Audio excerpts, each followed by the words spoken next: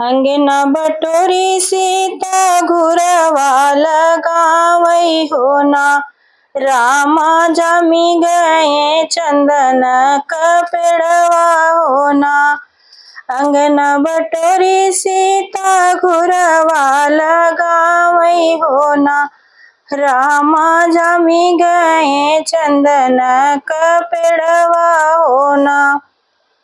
चंदन कटाई राम डोलिया बनवावई हो ना।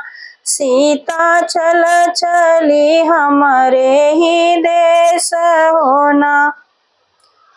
चंदन कटाई राम डोलिया बनवावई हो ना। सीता चल चली हमारे ही देश हो ना।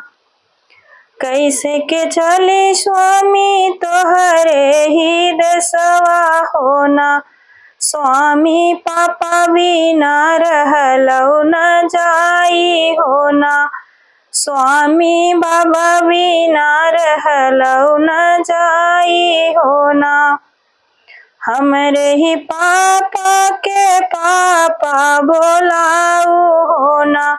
सीता अपन पापा दिहु बिसराई हो ना। हमरे ही पापा के पापा बोलायु हो ना। सीता अपन पापा दिहु बिसराई हो ना। अंगना बटोरी सीता घुरवा लगावई हो ना। रामा जामी गए चंदन का पेड़वा हो ना। रामा जामी गए चंदन का पेड़वा हो ना। चंदन कटाई राम डोलिया बनावई हो ना। सीता चल चली हमारे ही देश हो ना। कैसे के चली स्वामी तोहरे ही देशवा हो ना। अरे चाचा बिनु रहलौ न जाई हो ना। अरे चाचा बिनु रहलौ न जाई हो ना। हमरे ही चाचा के चाचा बोलाऊ हो ना। सीता अपन चाचा दिहु बिसराई हो ना।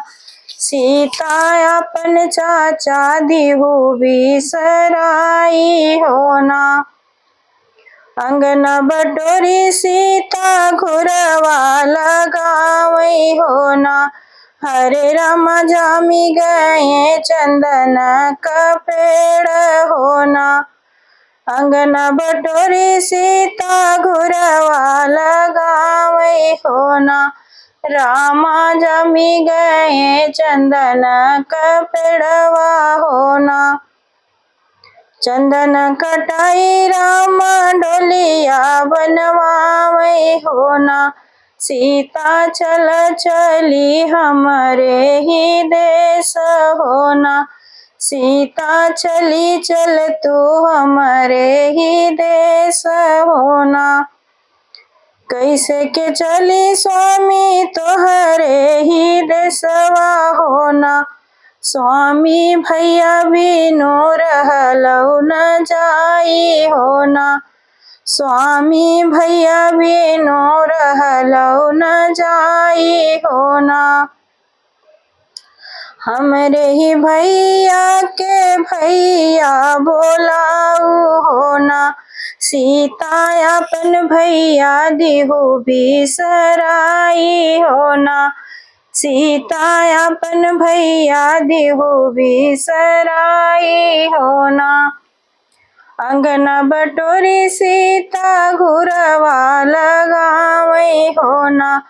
रामा जामी गए चंदन का पेड़वा हो ना। रामा जामी गए चंदन का पेड़वा